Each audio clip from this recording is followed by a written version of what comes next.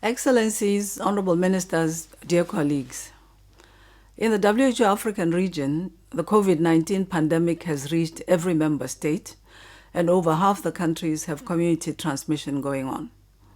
Although case numbers are seemingly low, African countries and people are equally important to WHO for support.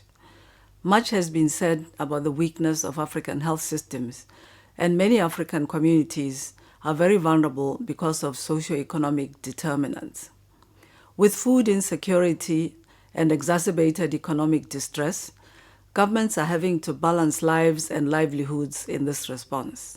We are concerned that over 1,600 health workers have been infected and that cases are increasing in humanitarian settings.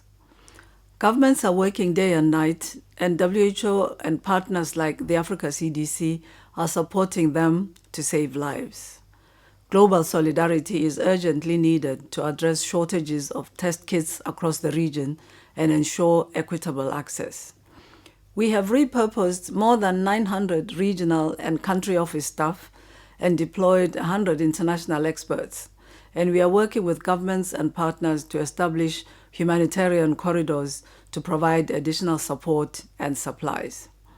Our assistance in developing national response plans has helped to mobilize over $300 million for public health actions, and we are coordinating with other UN agencies and partners to mitigate the socioeconomic impacts of COVID-19. We are seeing results. Namibia and the Seychelles have not reported any new cases for over a month. Côte d'Ivoire has reduced the spread of cases to the periphery by building on existing primary healthcare interventions. South Africa and Mauritania have mobilized thousands of community health workers. In the Democratic Republic of the Congo, health educators are sharing information on Ebola and COVID-19. Zambia and Zimbabwe are using real-time polio surveillance to track the spread of cases. As we fight this pandemic, we cannot lose sight of other priorities. The African region is on the verge of certifying the eradication of wild poliovirus.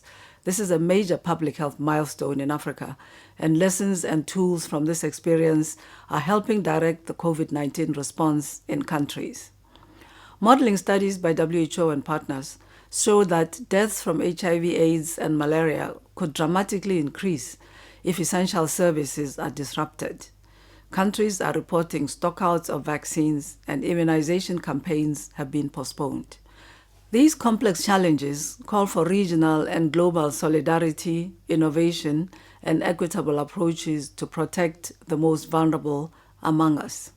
We count on this to succeed in making health a reality for all people in Africa.